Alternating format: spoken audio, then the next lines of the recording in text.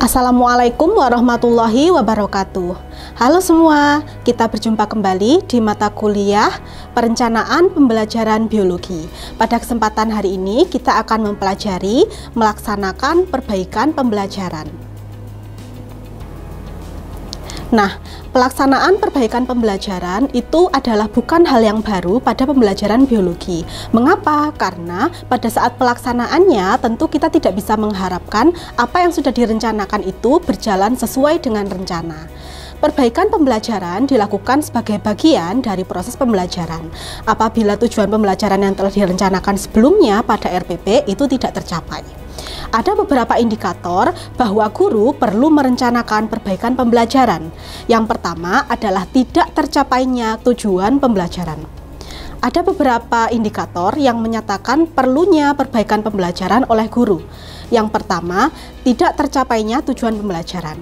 Yang kedua, rendahnya pencapaian KKM atau kriteria ketuntasan minimal oleh siswa.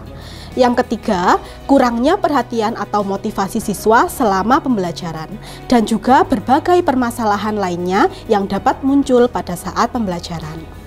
Nah, bagaimana kita melaksanakan perbaikan pembelajaran? Yang pertama, kita harus mengecek dulu berbagai aspek untuk meyakinkan kesiapan guru dalam merencanakan perbaikan pembelajaran.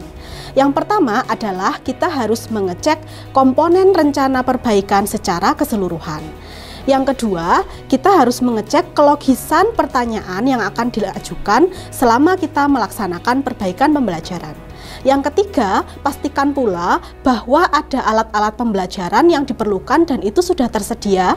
Kemudian yang keempat, mencobakan berbagai alat pelajaran yang akan digunakan untuk memastikan alat-alat tersebut benar-benar siap untuk digunakan. Yang kelima adalah mengurutkan kegiatan pada setiap tahap pembelajaran.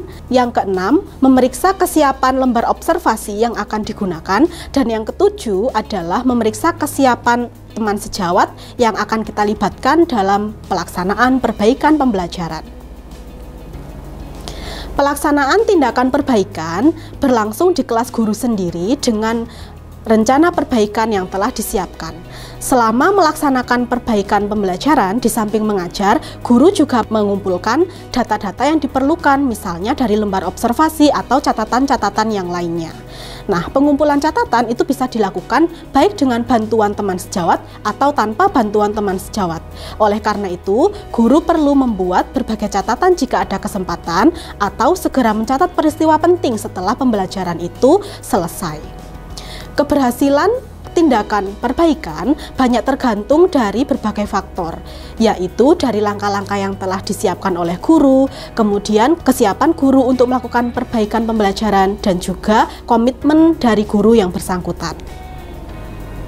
Nah, penelitian tindakan kelas itu dapat kita gunakan sebagai sarana perbaikan pembelajaran. Jadi, penelitian tindakan kelas ini dapat kita gunakan sebagai salah satu langkah untuk menganalisis apakah ada masalah yang terjadi di kelas kita dan juga merencanakan tindakan perbaikan yang sesuai. Ada beberapa tahap yang dapat kita lakukan untuk memperbaiki pembelajaran dengan skema PTK. Yang pertama adalah tahap perencanaan. Tahap perencanaan dimulai dari yang pertama, merasakan adanya masalah yang terjadi pada saat pembelajaran. Yang kedua, mengidentifikasi dan menganalisis masalah yang sudah dirasakan sebelumnya. Kemudian, masalah-masalah itu perlu dirumuskan dengan jelas sehingga kita dapat merencanakan perbaikan yang sesuai. Perencanaan perbaikan dapat dilakukan dengan memformulasikan solusi dalam bentuk hipotesis dan juga menganalisis kelayakan hipotesis tindakan yang telah diformulasikan tersebut. Pelaksanaan tindakan perbaikan ada dua langkah, yaitu tahap persiapan dan juga pelaksanaan tindakan yang telah direncanakan. Tahap persiapan yang pertama adalah guru membuat rencana pembelajaran beserta skenario kegiatannya. Yang berikutnya, guru mempersiapkan fasilitas dan sarana pendukung yang diperlukan, mempersiapkan cara merekam dan menganalisis data, dan berikutnya melakukan simulasi pelaksanaan tindakan perbaikan.